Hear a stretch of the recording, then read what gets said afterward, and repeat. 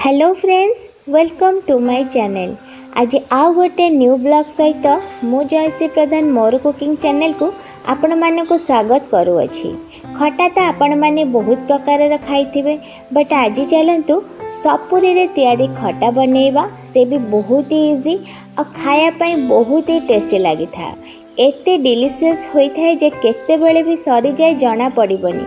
आ ये खटा को समस्ते खाया पाई के बहुत ही पसंद करेंगे। तो चलते सपुरी सीजन सरीबा आगुरु ए सपुरी खटा बनैबा।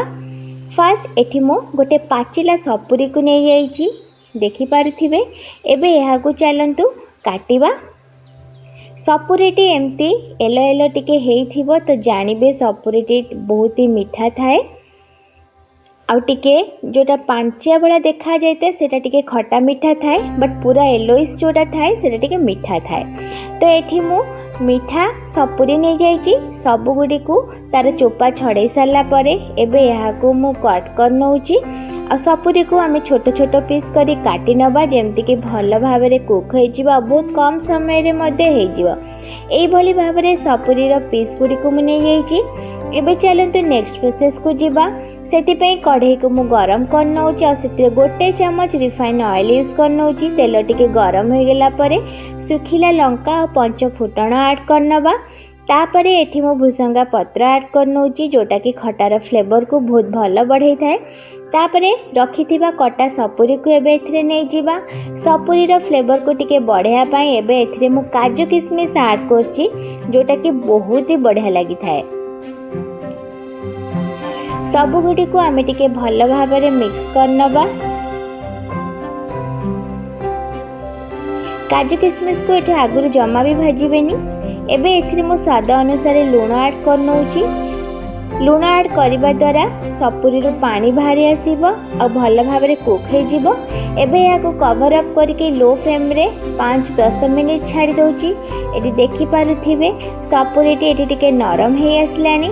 एबे एथि मु गुड़ ऐड कर नउछि। गुड़ आपण आपनको क्वांटिटी अनुसार ऐड करिवे।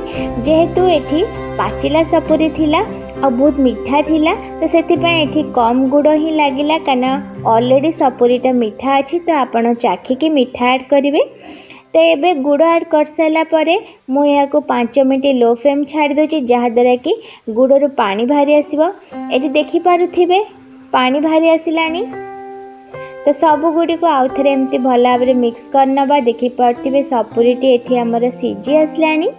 एबे एथिरे मु आंब कसी अदा को कोरिकी रखिथिली, ता सहित हेंगु, जोटा कि खटार फ्लेवर 2 गुणा बढ़े देथाय। अदा को आपण फास्ट रु चाहिले यूज कर पारे, बट मु एठी अदा रे यूज करछि, जहा द्वारा कि स्मेल और फ्लेवर बहुत ही बढ़िया थाए।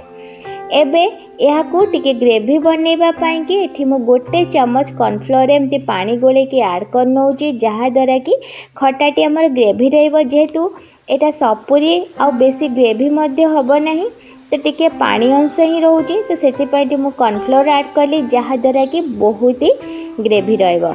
एबे खटा को फ्लेवर आउ टिके बढ़ेबा पाई कि जीरा लंका और पान मोहरी को टिके भाजी की मुको ग्राइंड करके रखिथिली। देखि पारथिबे खटा हेउ किंबा डालमा जदि आपण जीरा लंका गुंड पकाउचंदे सेति टिके पान मोहरी ऐड कर देबे। आ सब बेले फ्रेश गुंड ही करिवे, जहा द्वारा कि स्मेल टी बहुत ही बढ़िया बाहरिबो। तो सब गुडी को मिक्स कर साला परे मु या को 5 मिनिट छाड़ी दउछि। 5 मिनिट पर देखंतु सपुरी खटा एठी हमर रेडी। केते सुंदर देखा होछि देखंतु, पूरा ग्रेवी आ पूरा एठी जेली भले आछि। एठी देखंतु मु गडे की देखुछि, एका संगे गडुनी, देखि परते धीरे धीरे गडुछि। ता माने एठी खटार कंसिस्टेंसीटा ठीक अछि। आ केते सुंदर देखा होछि एठी हमर सपुरी खटाटी। चलंतु ठंडा हवा जाय टिके वेट करबा। आ ठंडा हे साला परे मु याकु सर्व करूछि। आ ता ऊपर आउ किछि जीरा लंका पान मोहरी गुंड को पकेई दोछि। देखि परते केते सुंदर देखा होछि। भलो लागिले सब्सक्राइब निहाती करनेबे। केमती लागिला कमेंट बॉक्स रे कमेंट करके निहाती जणेबे। फेसबुक और इंस्टाग्राम रे पेज को मध्य फॉलो कर देबे, जहा द्वारा कि नुआ नुआ वीडियो रे नोटिफिकेशन आपण मन पाखरे पहुंची जिवो। तो रहुछि, निश्चय ट्राई करंतु सपुरी खटा। Bye bye.